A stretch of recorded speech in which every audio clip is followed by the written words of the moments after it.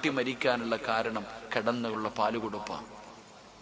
പെണ്ണുങ്ങൾ മടി കാണിച്ചുകൊണ്ട് കിടന്നുകൊണ്ട് പാല് കൊടുക്കും. നിനക്കറിയില്ലല്ലോ, അള്ളാഹു നമ്മുടെ കഴിഞ്ഞ ആഴ്ച 2 മാസം പ്രായമുള്ള ഒരു കുട്ടി, ഒരു ഉസ്താദിന്റെ കുഞ്ഞ, 2 വയസ്സല്ല 2 മാസമേ പ്രായമുള്ളൂ, അറ്റാക്ക് വന്ന് മരിച്ചുപോയി. അള്ളാഹു ആ കുടുംബത്തിന് സമാധാനം കൊടുക്കുമാറാകട്ടെ.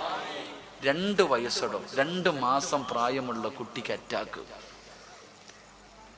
കിടന്ന് പാല് കൊടുക്കുന്ന ഒരുപാട് പെണ്ണുങ്ങളുണ്ട് നമ്മുടെ വീട്ടിൽ, അല്ലേ? ഭാര്യമാർ ഒരു കാരണവശാലും നിങ്ങൾ സമ്മതിക്കരുത്. പെണ്ണുങ്ങളോട് പറയണം, പെണ്ണുങ്ങൾ കിടന്ന് പാല് കൊടുക്കുമ്പോഴോ മക്കൾക്ക് കിടന്നൊരിക്കലും പാല് കൊടുക്കരുത്. എൻ്റെ പ്രിയപ്പെട്ട സഹോദരങ്ങളെ, ഈ 2 മാസം പ്രായമുള്ള കുട്ടി മരിക്കാനുള്ള കാരണം കിടന്നുള്ള പാല് കൊടുപ്പാണ്. പെണ്ണുങ്ങൾ മടി കാണിച്ചുകൊണ്ട് കിടന്നുകൊണ്ട് പാല് കൊടുക്കും. നിനക്കറിയില്ലല്ലോ, അള്ളാഹു നമ്മുടെ മക്കളെ കാത്തുരക്ഷിക്കുമാറാകട്ടെ. എനിക്കുണ്ട് എൻ്റെ വീട്ടിൽ. എൻ്റെ ഭാര്യയോട് എനിക്കറിയുന്ന ഒരുപാട് മരണം ഇങ്ങനെ വന്നപ്പോൾ എൻ്റെ ഭാര്യ സുമയ്യ കടന്നുകൊണ്ടാ പാല് കൊടുക്കാറ്. രാത്രി കടന്നുകൊണ്ട് കൊടുക്കും. ഇവിടെ ഉപദേശിച്ചിട്ട് കാര്യമില്ലല്ലോ. ഞാൻ എന്ത് ചെയ്തു, ഒരിക്കൽ അവളിങ്ങനെ വീടിനകത്ത് കിടക്കുമ്പോൾ ഒരു ഗ്ലാസ് വെള്ളം എടുത്തുകൊണ്ട് വന്നു. അവളുടെ വായിലേക്ക് ഞാൻ ഒഴിച്ചു കൊടുത്തു.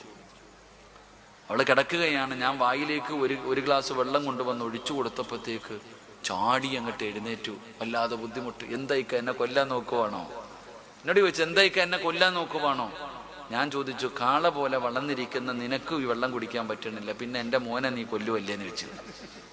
ഉപദേശിച്ച ചിലപ്പോൾ കേൾക്കൂല. അല്ലെങ്കിൽ നിങ്ങൾ ചെയ്തു നോക്ക്.